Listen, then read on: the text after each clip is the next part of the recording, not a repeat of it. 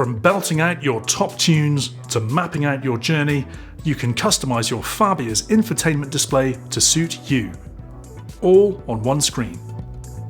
And from here, you can monitor and adjust all of your car systems with just a tap or gesture.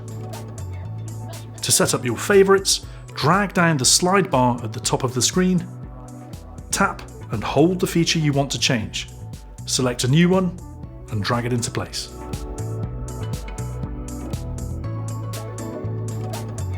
And rearranging your home screen is just as easy.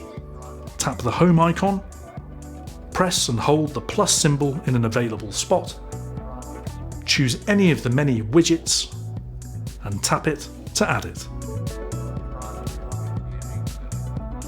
Now, that's infotainment, and another Skoda skill to take away with you.